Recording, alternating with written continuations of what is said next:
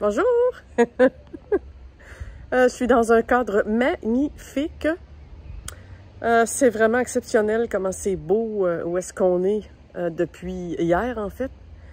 Mais bon, je vais avoir la chance sûrement de vous en montrer un peu plus là, sur l'installation dont on dispose ici.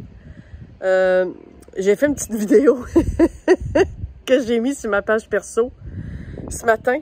Il était de bonne heure. En tout cas, il y a quelqu'un qui m'a averti en me disant « Christine, t'es tout nu devant le miroir. » Ben, il y a un petit miroir de rien quelque part dans la cuisine, puis je suis passée devant en continuant de filmer, puis en disant comment c'était beau, puis que la cuisine était grande, puis on avait une belle vue.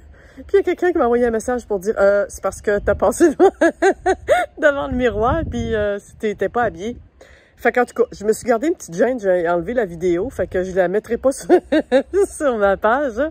En fait, je voulais plutôt vous parler de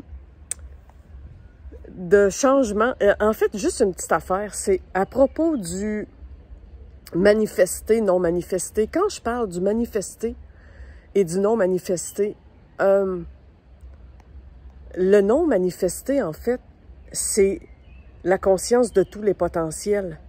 Mais quand elle se manifeste, ce qu'elle fait, c'est que c'est une espèce d'intention volontaire. C'est une volonté avec un V majuscule qui condense la matière. Et depuis quelques semaines, il y a quelque chose qui s'est modifié, qui s'approfondit, qui s'incarne un peu plus et qui change beaucoup de choses dans le vécu au niveau de la conscience. En fait, c'est que je peux pas dire que ma conscience change. Ce serait pas les bons termes, mais ce serait pas la bonne manière de l'exprimer. Parce que la conscience, elle est ce qu'elle est. C'est, on dirait, l'incarnation qui donne une espèce d'évidence dans ce que veut dire le manifester. Dans la façon que l'absolu fait pour manifester sa matière, plutôt que rester conscience de tous les potentiels.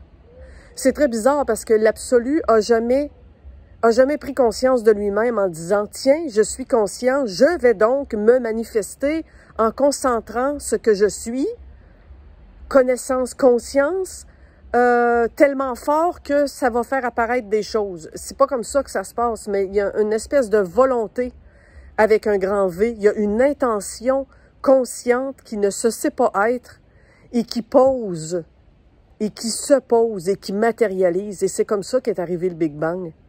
Et ça, on dirait que ce savoir-là incarne le corps et transforme les choses, comme si le cerveau était un récepteur de cette affaire-là et pouvait d'autant plus créer, manifester. C'est sûr qu'à l'échelle cosmique, c'est un beau grand rêve.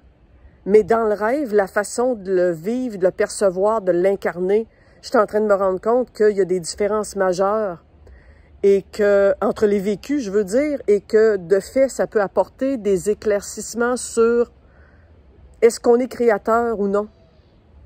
Est-ce qu'on choisit ou non?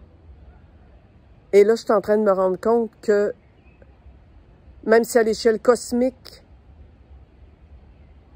ça arrive avec un C majuscule, à l'échelle du manifesté qui est le résultat de ça, qu'il soit irréel ou pas, ça a une volonté hyper puissante. C'est-à-dire que ça fait juste prendre conscience de la volonté qui est déjà là et qui d'elle-même fait le monde. Quelque chose du genre.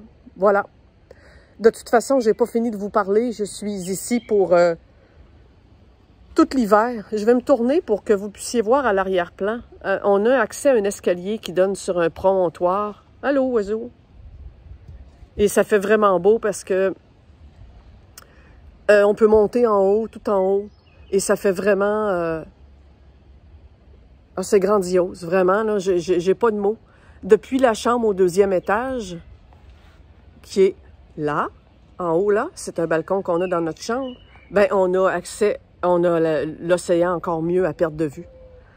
Voilà. Alors à bientôt avec d'autres réflexions. Bye bye!